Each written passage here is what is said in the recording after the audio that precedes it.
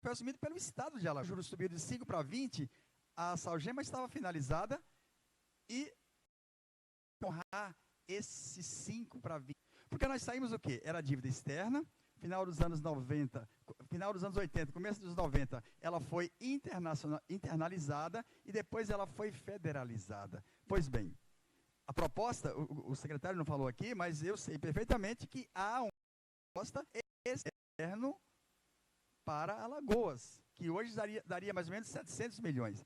E a minha preocupação é muito séria sobre isso. 7 não foi só resultado do acordo dos usineiros, foi resultado do impacto da política monetária americana. Então, não podemos permitir, em hipótese alguma, uma nova etapa de endividamento. Bom, mas olha só, dali de 97 surgiu a Lei 9496 de 97, que previa a rolagem da dívida por 30 anos.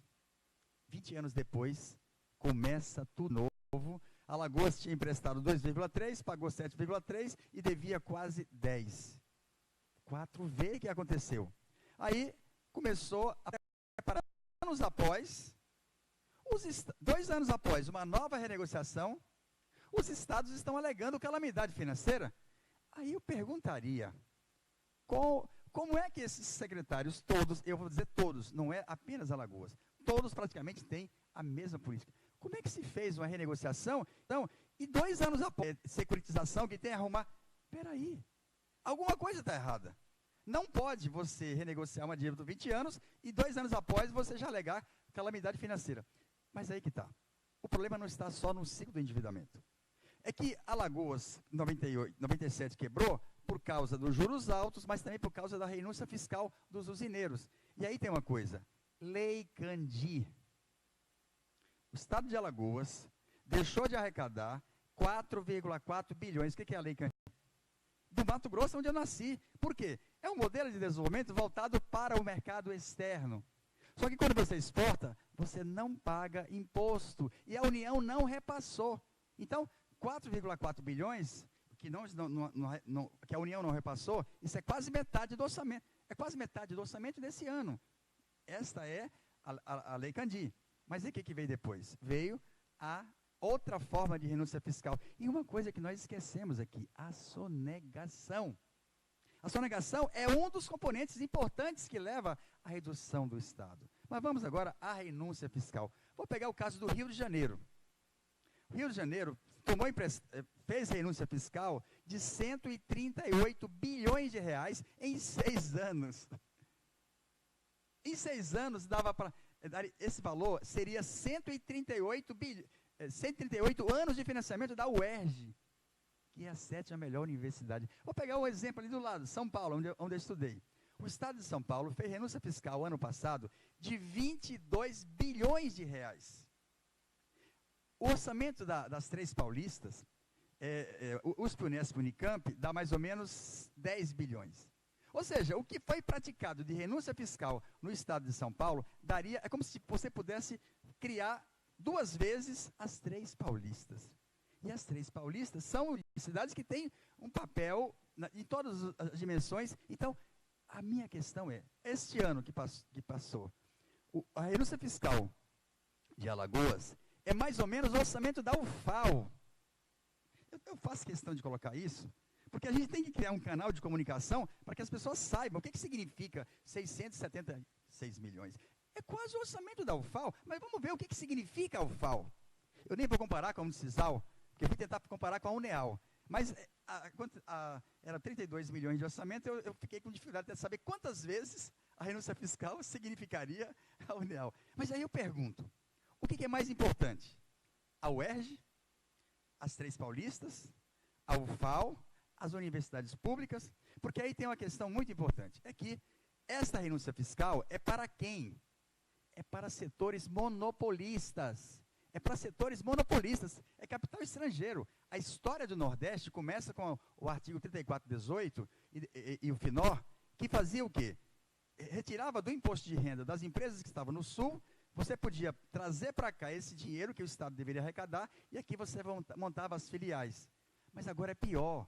A renúncia fiscal é de imposto regressivo. Vou pegar um exemplo. Um atacadista é determinado Alguém que recebe Bolsa Família vai lá e compra. Na hora que ele compra, ele paga 17%. O dono desse atacadista, que é um grande grupo internacional, o que ele faz? Ele se apropria do imposto que foi pago pelo pobre. Então, a grande preocupação que eu tenho é justamente o quê? Não há política de desenvolvimento regional, não há política não há nenhuma política a mais, não tem. O que nós temos? É a política que eu chamo de a indústria de rodinha.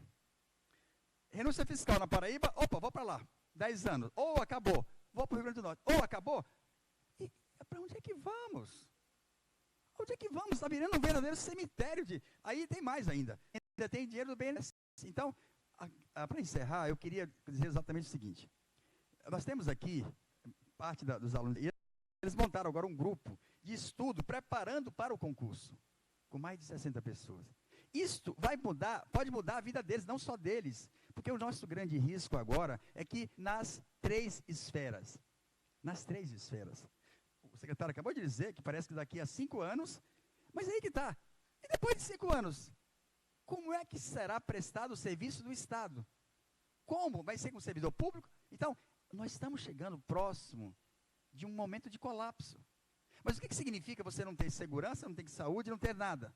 Porque olha só, nós estamos vivendo agora, a reforma trabalhista reduziu, aumentou a jornada, está precarizando tudo, e tudo isso no momento que tem a emenda constitucional 95, que congelou os gastos por 20 anos. E tem mais, há a proposta de fazer em cada estado uma lei de teto de gastos na sua versão estadual. E aí, vai ser o tema até de debate amanhã, é para que serve o Estado Nacional? Porque hoje, como está colocado, não serve para quase nada. Ele cobra imposto de pobre, faz renúncia fiscal para rico e grupos monopolistas internacionais que levam à falência todos os pequenos comércios. Porque onde você tem uma rede dessa, ela liquida todos. Aí que está. Para que nós vamos fazer? Com a quantidade... Alagoas já tem os piores indicadores sociais. Então, se nós não repensarmos as funções do Estado, e aí o seguinte, são 760 milhões de renúncia, olha, se nós tivéssemos pego metade disso e contratado professores, 2/3 dos professores não são efetivos. Já não são efetivos. Policiais vão se... Então, o que nós podemos fazer? É para gerar emprego? Pois vamos gerar emprego, então, no Estado, porque se o Estado oferecer saúde, oferecer educação, o que vai acontecer com a população? Ela vai deixar de gastar sua renda já limitada com essas duas coisas. Isso é uma forma de você possibilitar a ampliação do mercado interno. Por quê? Quanto mais você privatiza, quanto você mais dificulta o acesso ao serviço público, você está forçando o quê? A população de baixa renda. 90% da população de Alagoas tem no SUS a sua única forma de atendimento. E aí eu sempre digo, eu tenho um plano de saúde, mas o plano de saúde está chegando a uma etapa, eu completei ano agora, eu estou pagando um valor tão alto que vai chegar a hora que a maioria da população vai deixar de ter plano de saúde. Só que ao mesmo tempo, o que nós estamos tendo? Uma destruição do SUS, uma destruição. Então, para encerrar, eu diria, foi muito importante o que aconteceu aqui hoje, para nós, estamos organizando esse seminário, essa experiência nós vamos procurar repetir em vários locais, porque nós não estamos preocupados somente de fazer o debate acadêmico, nós queremos fazer isso que aconteceu aqui hoje. E mais que isso, para encerrar mesmo, nós vamos dar início agora a uma pesquisa sobre a execução orçamentária no estado de Alagoas. A nossa intenção é ver o que foi efetivamente executado no orçamento, porque esse é um problema sério. Se nós queremos ver a participação popular, nós vamos ter que primeiro fazer a execução orçamentária. Então, e mais à frente, nós vamos começar agora uma outra etapa, que vai ser o quê? Nós vamos reunir os sindicatos, nós vamos começar agora a preparar trilhas, nós vamos começar a mobilização, porque nós temos que preparar para essa nova etapa. Nós temos que criar um canal de participação, mas para isso nós temos que nos capacitar. Então, eu encerro aqui colocando a importância desse evento, mas de mais eventos. E nós temos que envolver o máximo de pessoas. Porque o que está em jogo é o seguinte, eu moro aqui há 7 anos. Adoro morar aqui. Nós temos que ter uma alternativa. Não pode fazer uso da representante do Sinifisco, Lúcia Beltrão.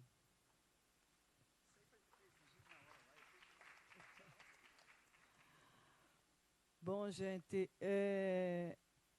Eu quero ser breve, porque todos nós já estamos bem cansados.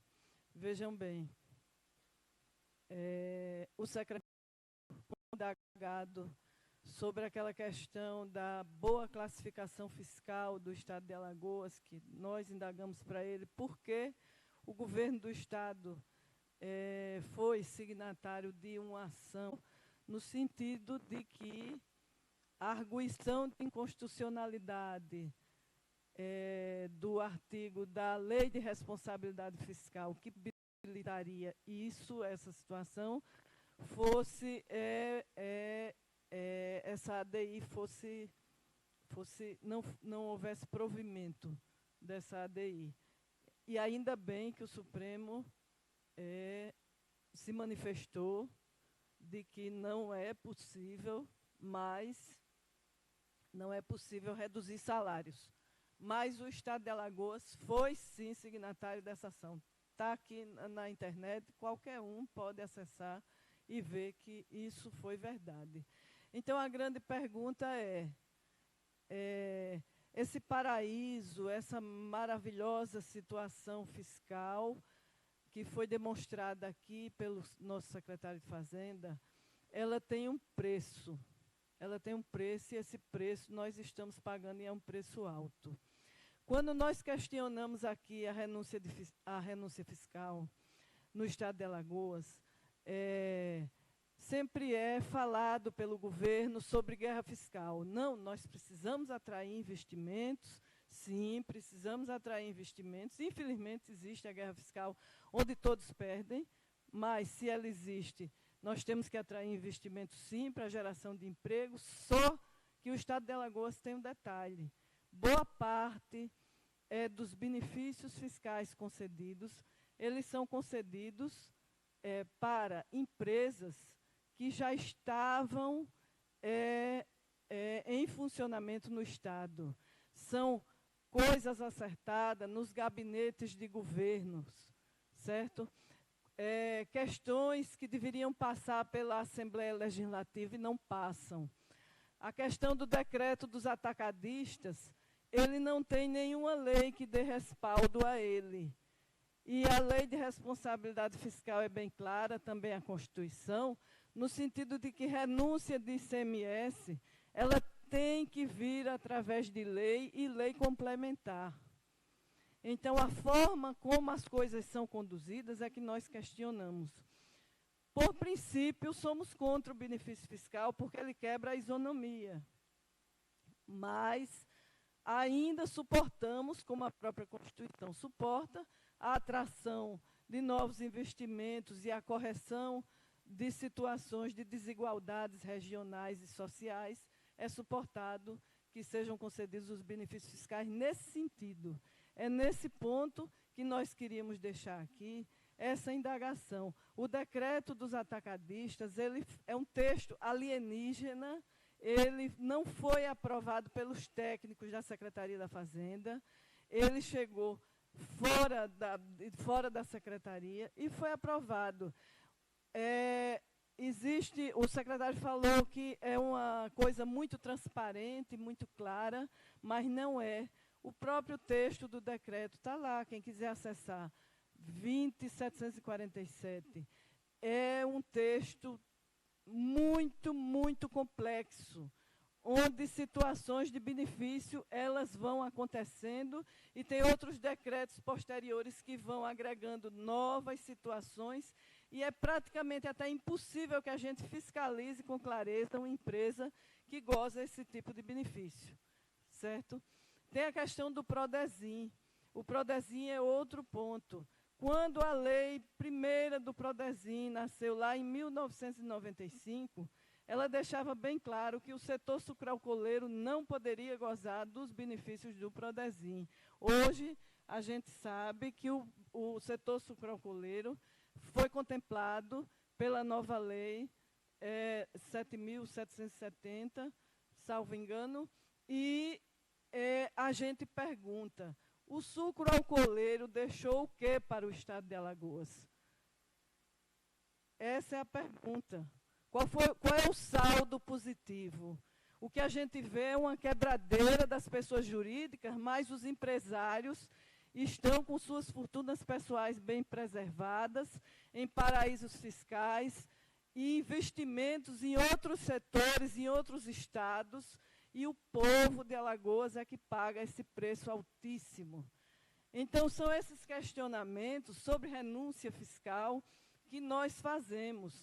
Outra questão muito importante, que ele fala que Alagoas Ativos S.A. é outro ponto e merece uma audiência pública específica para isso, porque Alagoas Ativos S.A. é uma lei que possui todos os fundos, isso é muito preocupante, FECOEP, etc., está escrito na lei. Se está usando ou não, eu não posso saber, porque estamos começando a acompanhar o desenvolvimento das atividades da Alagoas Ativos S.A. Ela possibilita, sim, o endividamento do Estado fora dos controles, dos órgãos de controle.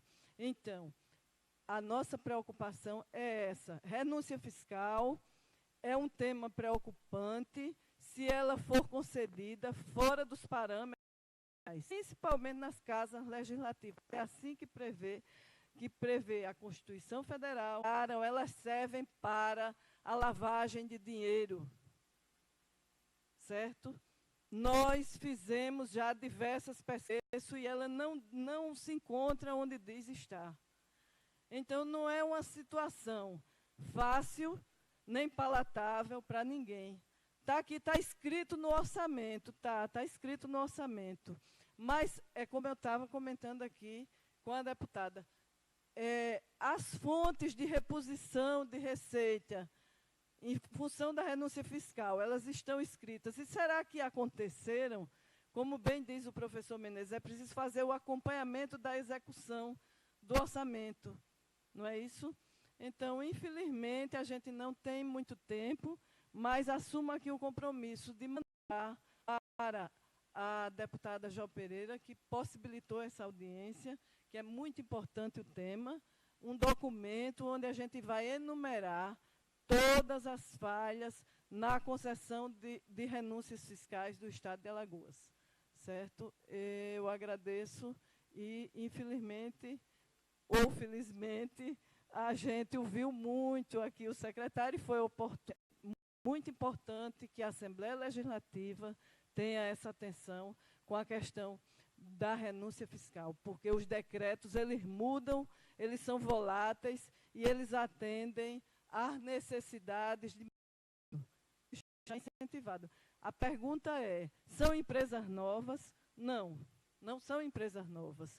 E elas dão um rebate na arrecadação duplo, porque além do atacadista receber um benefício fiscal, ele ainda dá um crédito cheio para o varejista, que adquire dele. Ou seja, é uma ficção, na verdade. E por aí vai. Infelizmente, não temos tempo para nos alongar aqui, mas é necessária atenção, porque o ICMS é um imposto que é pago por nós, consumidores. Então, é por isso que existe tanta rigidez nas regras para a renúncia do ICMS, porque nós que pagamos. Eu pergunto, qual foi o alagoano que comprou pão ou qualquer produto que venha do trigo mais barato aqui por conta dos nossos moinhos de trigo receberem incentivo do Prodesem? Nenhum. Qual foi o motivo dessas empresas serem incentivadas? Elas sairiam daqui, são empreendimentos novos, foram ampliados, não, não e não. E por que foram concedidos? São essas as perguntas que nós precisamos fazer. Obrigada. Eu quero agradecer a participação de todos nessa sessão especial. Dizer que nós agora vamos abrir para a plenária e antes de passar para...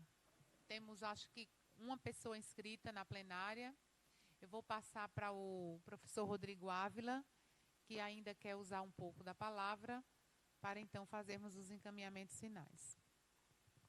Só 15 segundos. Uma coisa que eu esqueci de falar na fala inicial é só registrar, né, a iniciativa da deputada Jó Pereira de fazer essa audiência, que é fundamental, muito importante esse debate com o secretário, e a iniciativa de fazer a moção pela auditoria da dívida com participação social, auditoria da dívida pública, e também a procura, a iniciativa, né, de pedir aqueles dados, né, dos devedores do Produban. Então, queria deixar esse agradecimento, só uma coisa que eu esqueci de colocar na minha palestra.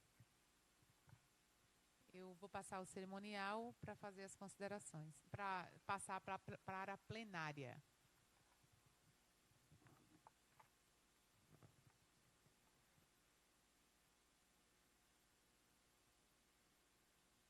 Queremos agradecer a participação de todos e passamos a palavra para a deputada Jó Pereira para que proceda o encerramento desta sessão. Tem pessoas na plenária querendo falar. Eu Não vou está passar para o comigo, seu não. Antônio Pereira, que eu gostaria que levasse o microfone até ele. Tereza, muito obrigada.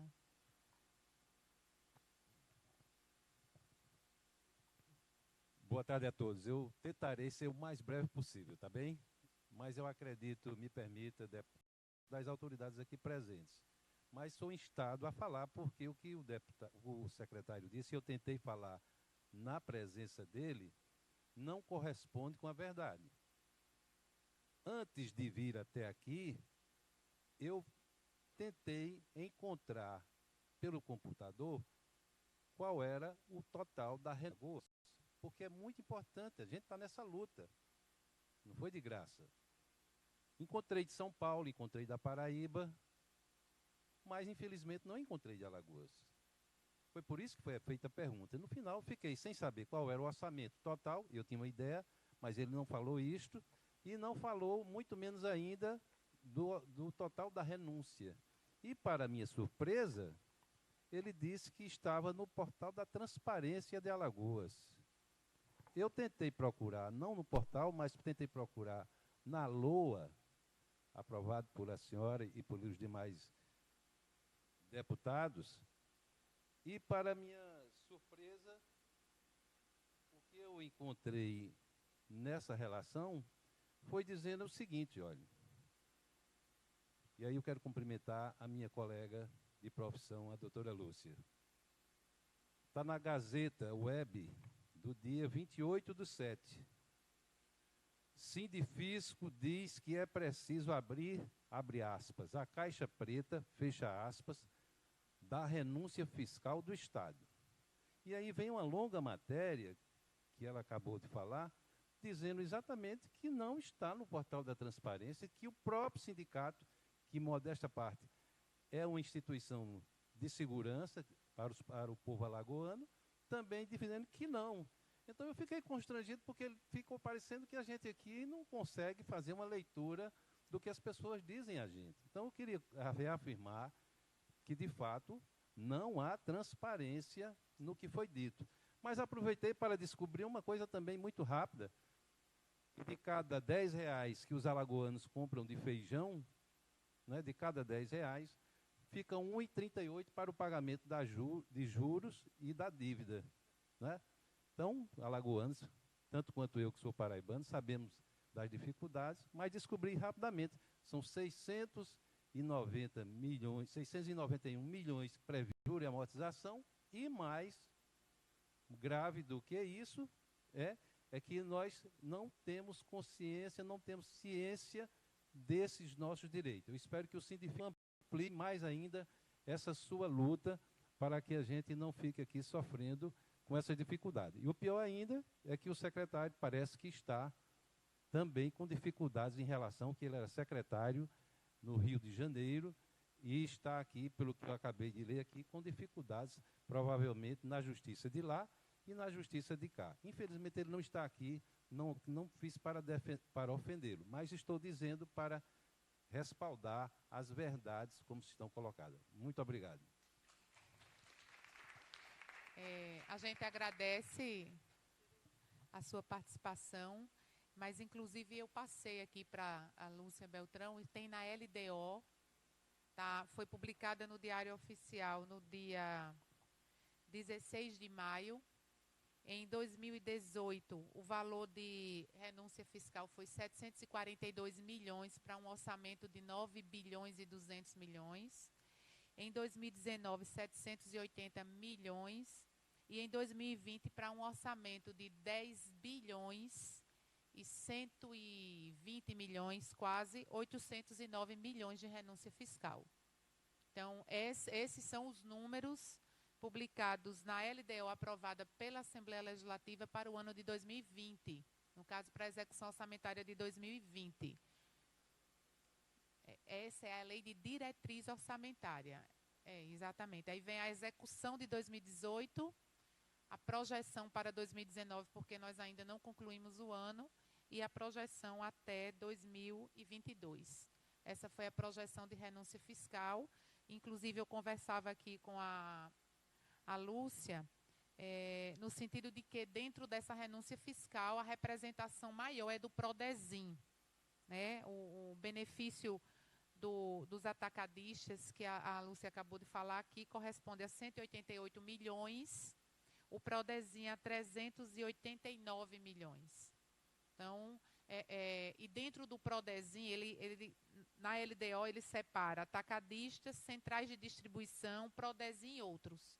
Então, o Prodesim, ele incentiva várias cadeias de produção, né? O setor sucroalcooleiro, a própria Braskem, entre outras empresas. Então, dentro do Prodesim, nós precisaríamos detalhar quais são os setores produtivos que são beneficiados com o Prodesim. Como eu tinha dito no começo, o Estado de Alagoas foi o primeiro Estado da Federação a publicar a lista dos beneficiários. Existia uma resistência de todos os estados com relação a isso, alegando a transparência. Na Assembleia Legislativa, desde que eu discuto o orçamento público, eu peço ao Estado de Alagoas para fazer essa publicação dos dados das renúncias fiscais, seja através do Prodesim ou do benefícios específicos de cada categoria. É importante. Eu entendo que precisa existir um equilíbrio dentro do sistema atual entre renúncia fiscal e desenvolvimento econômico. Nós não podemos beneficiar empresas que já são consolidadas aqui no Estado de Alagoas, precisamos atrair novos investimentos com a renúncia fiscal. Eu acho que esse é o instrumento da renúncia. E precisamos saber quais são as contrapartidas, a quem isso está sendo concedido e para quê. Inclusive, um dos projetos de leis que eu encaminhei na Assembleia Legislativa mais recentemente é que algumas empresas beneficiadas pelo Prodesim não cumprem a cota do jovem aprendiz. Então, nós incluímos na legislação do Prodesim mais essa exigência, de que para a empresa, para que ela seja beneficiária do Prodesim, ela precisa cumprir a cota do jovem aprendiz, que é uma determinação federal, não é uma obrigação instituída por uma lei estadual. Mas isso fica como mais um requisito.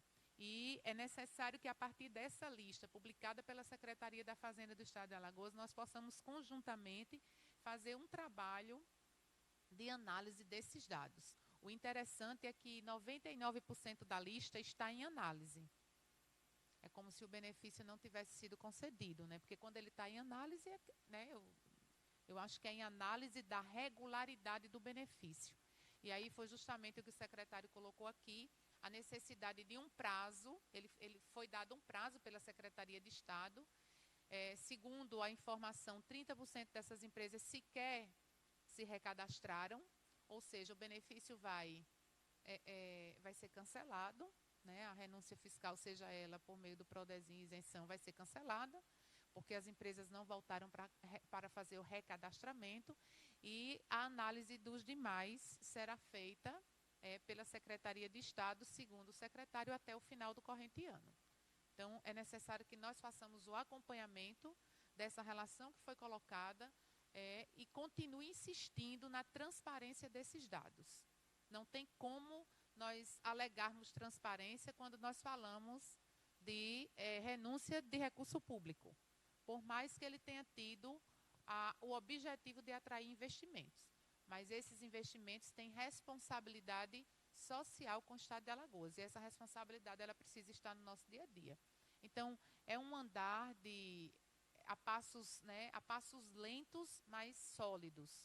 Eu entendo que a Assembleia Legislativa, em parceria com a academia, com a Universidade Federal, nós podemos avançar nesse sentido, inclusive contribuir com soluções, com encaminhamentos, com perspectivas, fazendo uma rodada de conversa com as empresas, com o setor privado, né, para que isso aconteça de uma maneira, para que a gente não exija o cancelamento das renúncias fiscais em contrapartida ao fechamento de muitas empresas. Não é isso que nós queremos.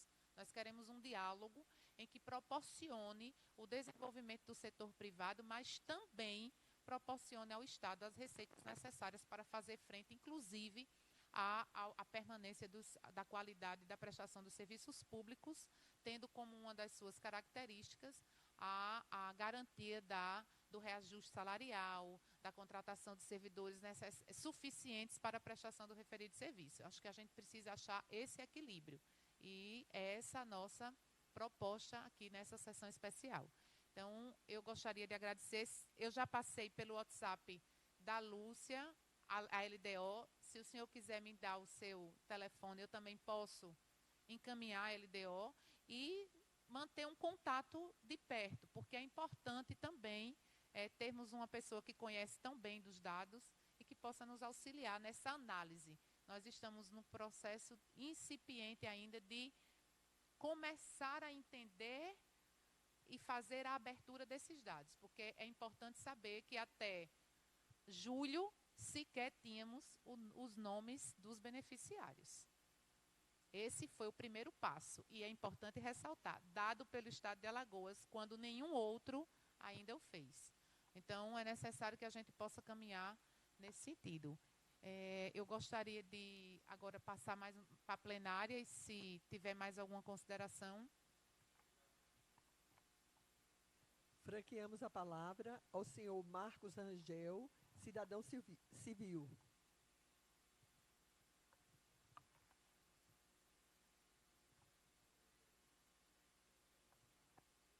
Importante saber quem se inscreveu primeiro.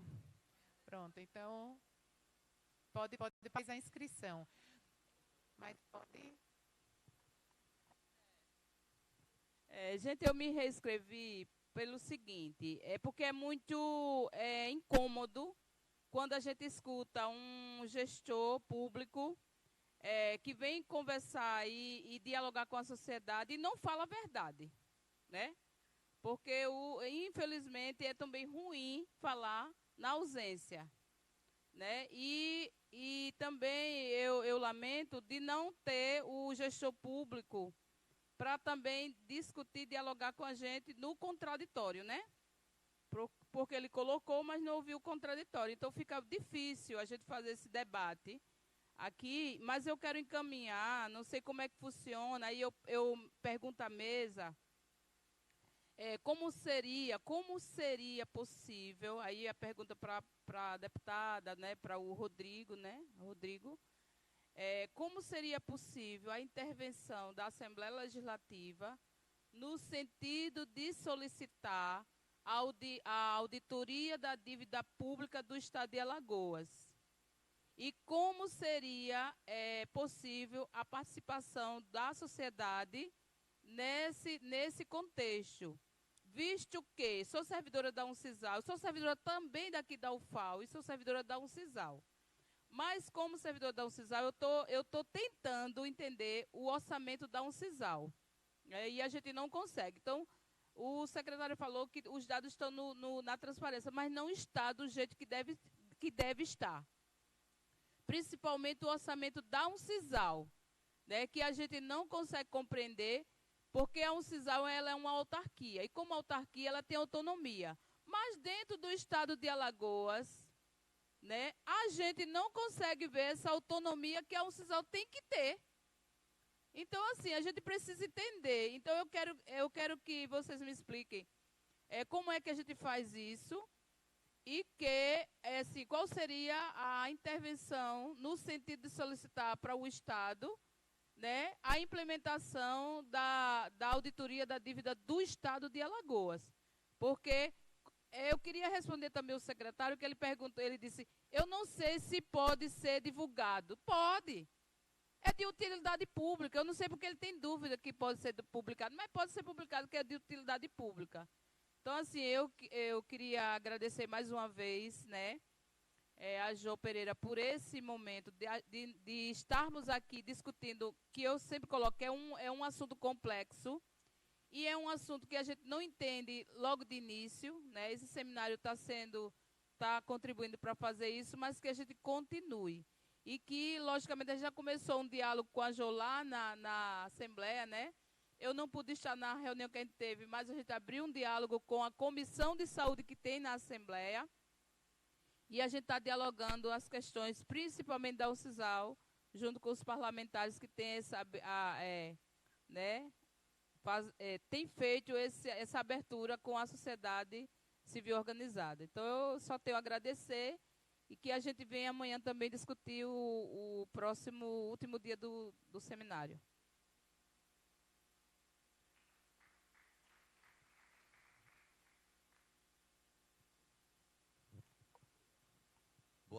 Boa tarde a todos e a todas. Estão me ouvindo?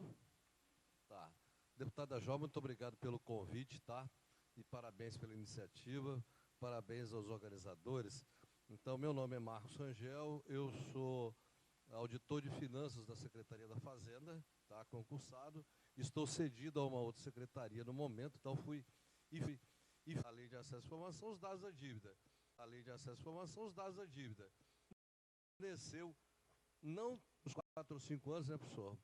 E desde então, eu sempre me colocou em completa disponibilidade para a auditoria cidadã da dívida pública, qualquer esclarecimento. Tá? Mas acabou que ainda não certeza que talvez nem precise da Assembleia para determinar uma audiência pública na dívida pública. Os gestores estão abertos a isso. O secretário George tem certeza também que não vai se opor em hipótese alguma, entendeu? Porque é interesse da gestão que saiba o que aconteceu realmente. E, naquele material que eu passei a você também, professor, tem muito da história de Alagoas, aí, do endividamento de Alagoas. Então, um prêmio que o Jorge citou, que eu fui ganhador. Então, tenho certeza que vai ser muito fácil fazer auditoria da dívida nos estados. Convivi com gestores de dívida pública de todos eles por mais de 10 anos. Então, uma convivência muito agradável que todos estão abertos. Bom, com relação, professor, ao pagamento da dívida, só um esclarecimento, quando ela começou lá atrás também, com 2 milhões e 300, nós pagamos quase 7, mas houve vários incrementos na dívida.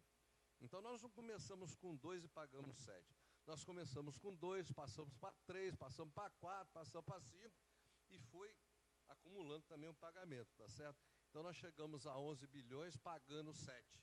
Mas não começou com 2. Foi 2, depois pegamos mais empréstimo, foi um somatório montante, tá? Que aí dá a impressão de que começou com 2 e pagamos 7, ainda devemos 10. Só esse esclarecimento depois, que tem os cálculos também que pode ficar bem à vontade com relação a isso. Bem, o alongamento da dívida também foi um projeto meu, o artigo 1º da LC 156/2016, que projetou o alongamento da dívida, não era nem um alongamento da dívida, porque a Lei 9496, ela tem 30 anos para pagar, mais 10 caso não haja o pagamento. Tá certo? Então, essa é a Lei 9496, 30 mais 10. Na minha proposta, foi junta o resíduo com o principal e faz uma dívida só na tabela price. Isso foi feito. E aí o que o George falou com muita propriedade também, que o lucro que a gente tinha, a receita adicional, ia pagar a dívida, e agora não. Então, a gente passou de 15% para 6% da nossa receita para pagamento de dívida. Isso proporcionou ao Estado toda essa grande saúde financeira, que a gente pagava 70 milhões por mês, passamos a pagar 20, 25, 30. Você vai somando isso aí desde 2015, 2016, aí você tem esse grande benefício. E o Estado de Alagoas foi o mais beneficiado, entre aspas, porque ela já pagava altos juros, então ela foi a grande beneficiada. Aí Rio, São Paulo, Minas e Rio Grande do Sul estão com dívidas astronômicas. Então, eles precisariam de uns 40 anos de alongamento para dar alguma suavizada na curva. Alagoas não. E os outros estados têm dívidas muito pequenas. Então, não foram contempladas com esse tipo de alongamento. Para elas, tanto fez, elas continuaram como está. Tá? E basicamente era isso que eu queria expor e também colocar totalmente à disposição. Eu já não estou na fazenda, mas fiz parte daquela história da dívida, de que a gente pode, estou completamente à disposição ainda para quaisquer demandas que forem necessárias e eu consiga responder, tá ok? Muito obrigado, então, pela atenção, gente. Passar a palavra para a Graça, que aqui representa a FEComércio. Tem mais alguém da plenária que gostaria de falar? Então, a Graça é nossa última inscrita. Boa tarde, né, a todos e a todas. Não poderia deixar, né, de trazer a fala da FEComércio neste evento. Agradecer a Jó Pereira pela iniciativa e dizer a todos que a FEComércio, né, que representa o setor do comércio, de bens e serviços e turismo do Estado, também está preocupada com essa discussão, não só da questão da renúncia fiscal, né, porque nos interessa também, mas também com relação à reforma tributária. A gente vai realizar em breve, deputada, um evento, né, inclusive a gente vai trazer a FEComércio de São Paulo para uma discussão e aproveito aqui já para convidar, a UFAL vai ser convidada e a gente aproveita para convidar a todos para essa discussão. Um abraço e parabéns pelo evento. Você já tem a data do evento?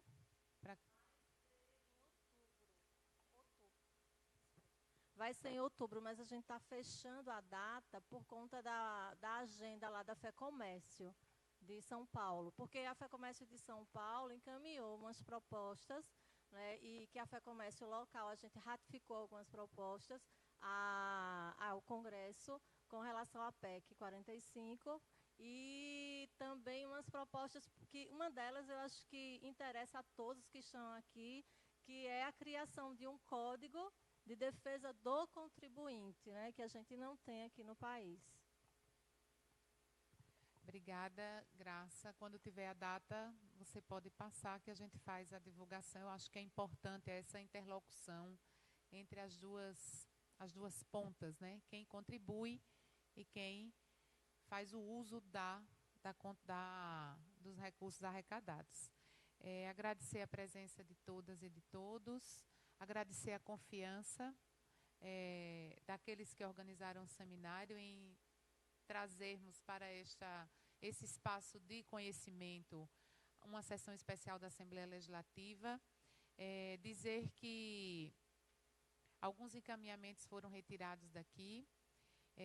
Um deles é requerer, através de indicação à Secretaria da Fazenda, a publicação da relação dos devedores do Produban, não é isso? Aí eu já respondo, né, com os respectivos valores. Uma moção de apoio contrária ao veto presidencial. Eu só gostaria que a minha assessoria pode entrar em contato para passar os dados do projeto que está em andamento na Câmara, deve ser na Câmara dos Deputados. Discutir melhor Alagoas Ativos é um tema para uma nova sessão especial. Provocar a CEPLAG acerca do processo do plano de cargos e carreiras da Uncisal, e aqui já chamar a atenção para a questão do nosso plano de cargos e carreiras dos profissionais de educação, né, que está sendo injustamente conduzido, achatando inclusive os salários e provocando, professor Menezes, no final de todos os anos, rateio de recursos, né? Então, aqui eu já acrescento como uma demanda, inclusive, proposta por mim. Aumentar a transparência do portal, né, Graciliano Ramos, com a clareza de dados. É importante que os dados ali apresentados, eles estejam no entendimento da média de conhecimento.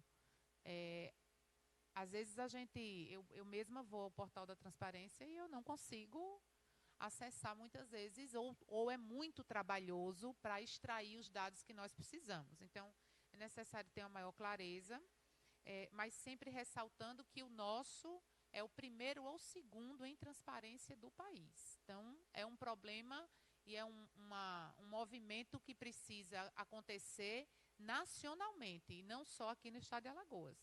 E aí a gente aproveita um seminário internacional para colocar essa problemática.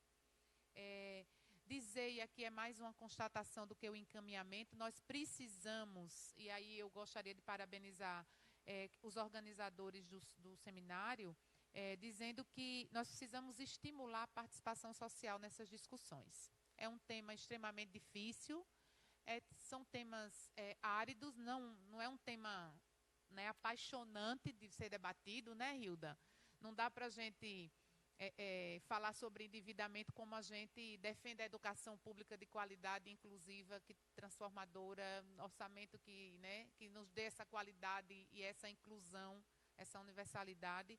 Então, é um tema árido que precisa chegar para as pessoas precisam começar a se apropriar para que as discussões sejam mais sólidas e sejam perceptíveis, porque senão, professor, a gente vai estar discutindo sempre, Lúcia, com as mesmas pessoas, Rodrigo.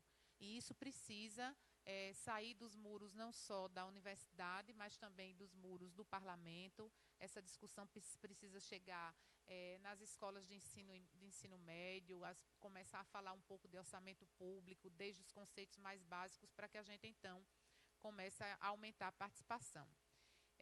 Fazer a discussão do decreto dos atacadistas, isso é um compromisso do gabinete em fazer essa pesquisa, como é que está, junto inclusive com a FEComércio, que vai poder nos ajudar nisso.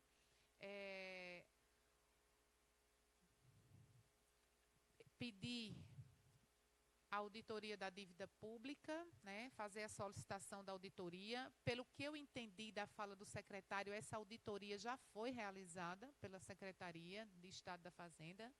Eu entendi que ele disse que ao iniciar, ele buscou os contratos que deram origem à dívida. Então, essa auditoria, se ela não foi feita, muita coisa foi localizada, então é necessário que a gente comece a fazer essa auditoria da história da dívida, né? Então, é importante. Se ele tem auditoria, que apresente.